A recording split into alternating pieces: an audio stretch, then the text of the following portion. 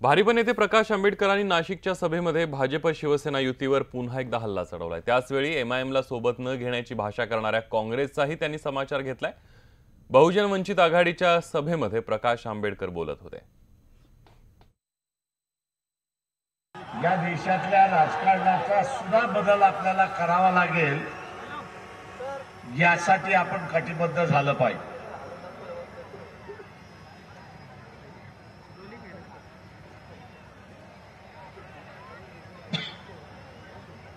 आणि सरकार बदलायचं असेल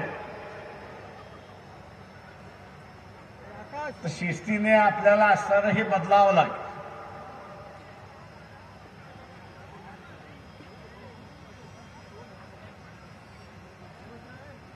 सरकारचे अनेक प्रयत्न चाललेत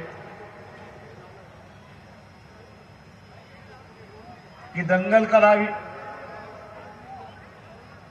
ती जमली नाही। शहरी नक्षलवाद वाढतोय म्हणून सांगितला, तेही शक्य झालं नाही। भीमा गोरेगाव करून बघितला, तेही जमलं नाही।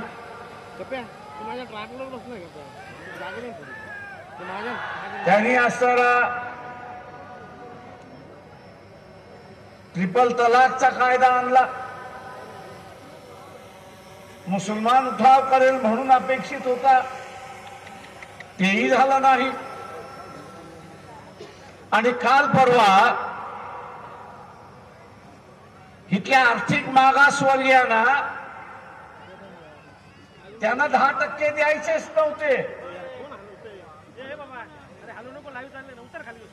त्यांचा एक गेम प्लॅन होता।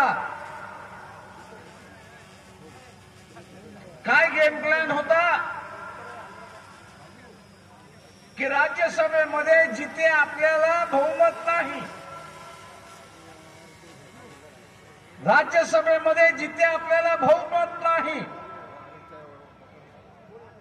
तिथे ह्याला विरोध केला जाईल, तिथे विरोध केला